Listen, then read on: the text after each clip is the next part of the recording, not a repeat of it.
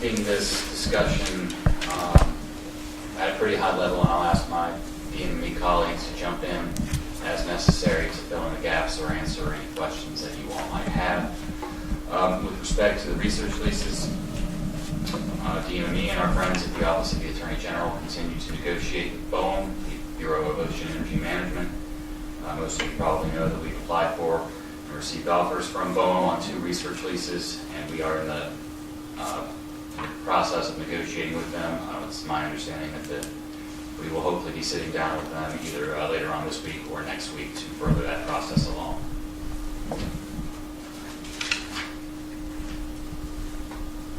And I'll just Go right keep on on. trucking. Yeah, we'll have questions at the end. Okay. Moving on to offshore wind funding and expenditures. Just real quick, what is there major issues in the lease negotiations, or is it just working through it? Right now, we're really actually, it's dependent on time, we'll actually say a meeting. So there's no midday house just getting it done, there's no kind of. Well, we're at the point where we need to sit down and talk about the lease, and so we're just trying to find dates to do that right now. Okay. Sorry, go ahead. We should have some more information after that meeting as soon as it gets set. Continuing on with funding and expenditures, DME received a $1 million allocation in fiscal year 15 to leverage additional private and federal funds to advance commercial development of the wind energy resources and the associated supply chain. An additional $1 million was requested for FY16, but that was not approved by the General Assembly.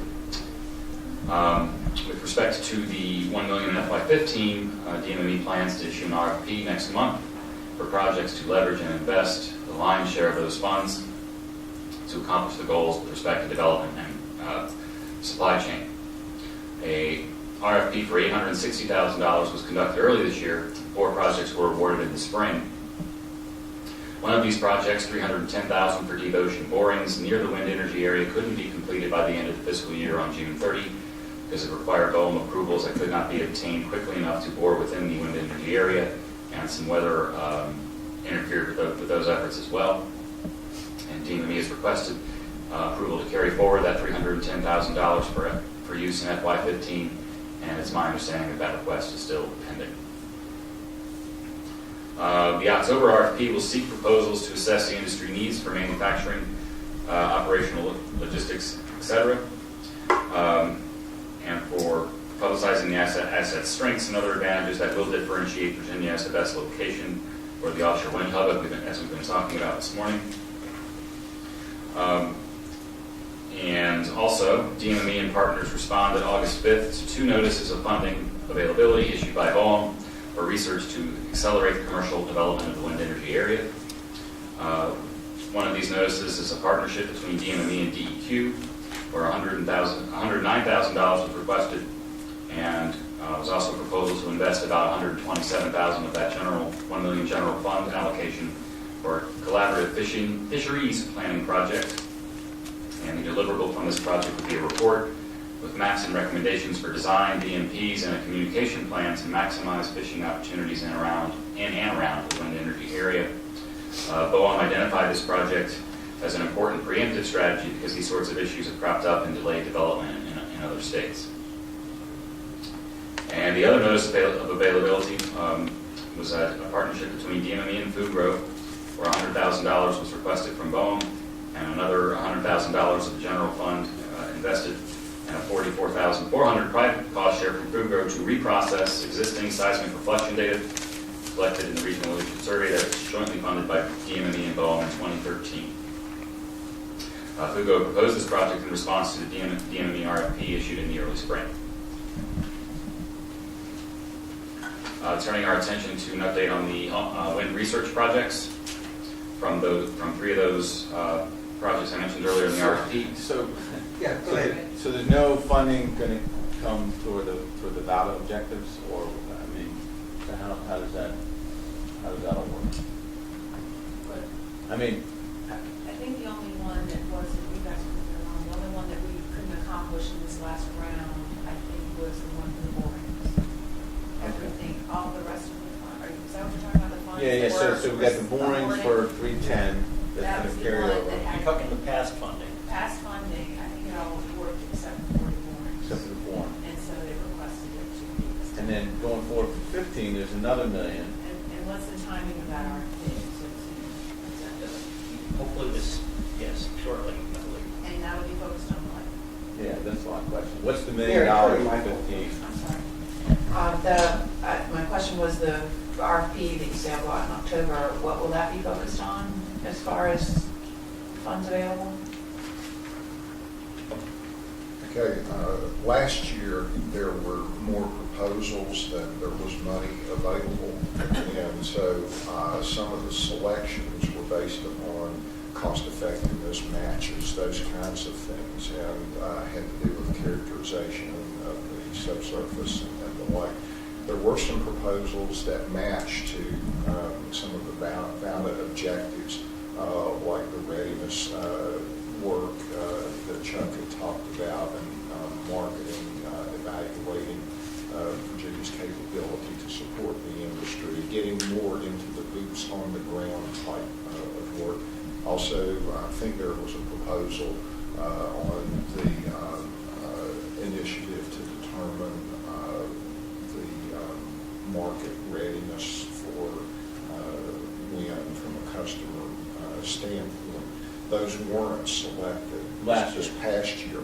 Now, this year in October, there will be the same type of solicitation in those large areas. So those projects or some similar could come forward. And I think that in Mike's report, that's what he talked about, doing some of that work aimed towards Virginia being ready now to do the staging that's there. Also, the amount of money out of the $1 million that has already been looked at is for this fishery study and for the additional subsurface work. So there's still about $800,000 there that will be competed for. And so those are where the initiatives could be funded. And you'll reopen the RFP, though? It will not just go roll over from projects that were not selected, you will reopen the RFP? That's the intent, even though there's a possibility that we could, because the RFP was structured last year to not close at the end of the fiscal year. So there are some of those that we could look at, but probably folks would want to make those a little more current in what's being proposed. Are you going to issue, I mean, where's the RFP? Is it a document or what does it look like? It's a standard public procurement process. It contains information there on the areas that we're interested in, also the criteria that will be used in ranking the proposals, those types of things. And so it's a standard public procurement, which is what we wanted to do, is invest in this money to make sure that it was wisely invested, and also that it was an open, transparent public process. I have a question. Can you explain why there's no appropriations for FY 2016? Was there some politics there? I mean, again, I'm new, so I don't know the answer to that. It's more about availability of funds. In the budget, the 2-year budget that was proposed in this General Assembly, there was $1 million in the current fiscal year that started in July, and then a second $1 million starting July of 2015.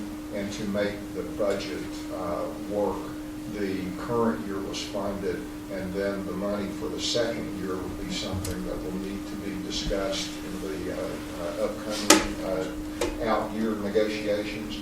I think you've probably seen, though, that revenue collections are not improving, and so any of this money is going to be highly competitive in whether it can be restored or not. But that was it, was to make the funding work for this year and then work on next year through the upcoming session.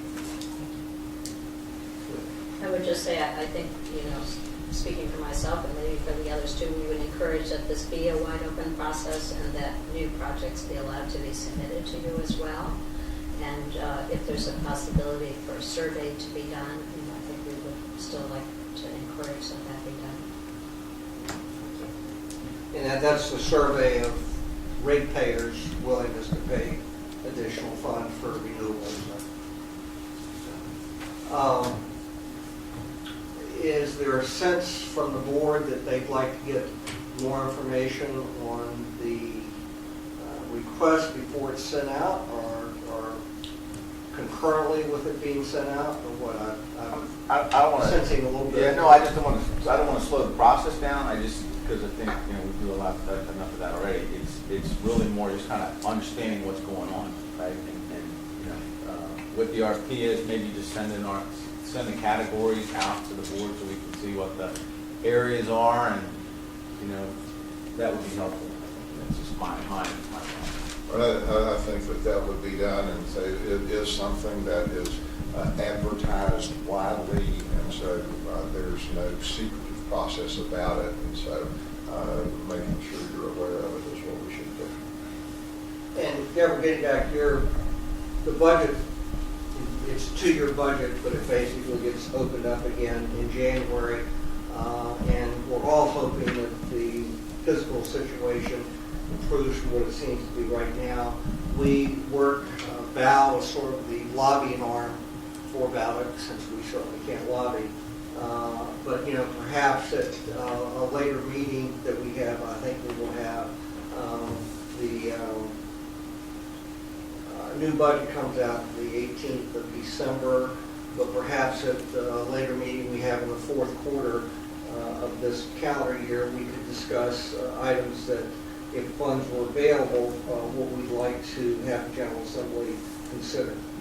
Does that address your concerns? Yeah, well, also, especially since, we're saying this is so important to the long-term viability of the state and jobs, and if we're having problems with revenues, this is all about that. So, sort of put your money where your mouth is.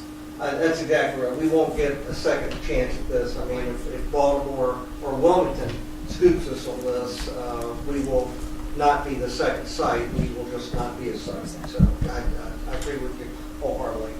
Ron, if you want to say something? Yeah, as a person who lives in a world where process is held high as something that usually slows down action,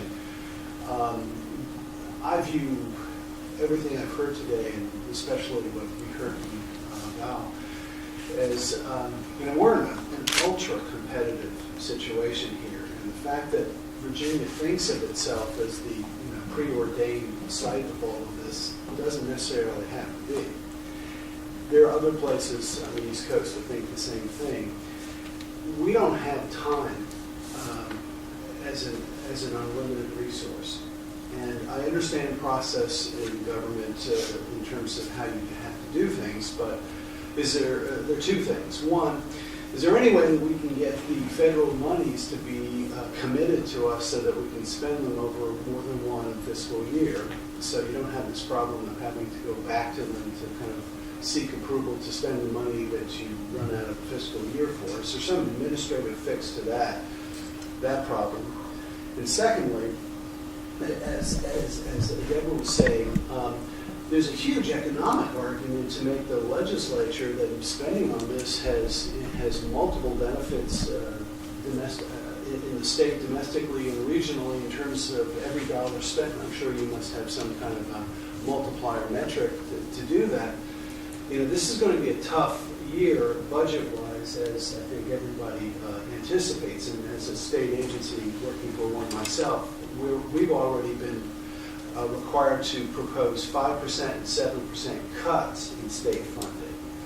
So maybe those won't come about when the revenue estimates in January come in. But I think we need to be prepared, or maybe you need to be prepared to make that economic case that this is money well spent with some multiplier that benefits the local and regional economy job-wise in every way possible, so that the limited funds can be appropriated and can be sent our way. Because we're already in the 15th fiscal year right now.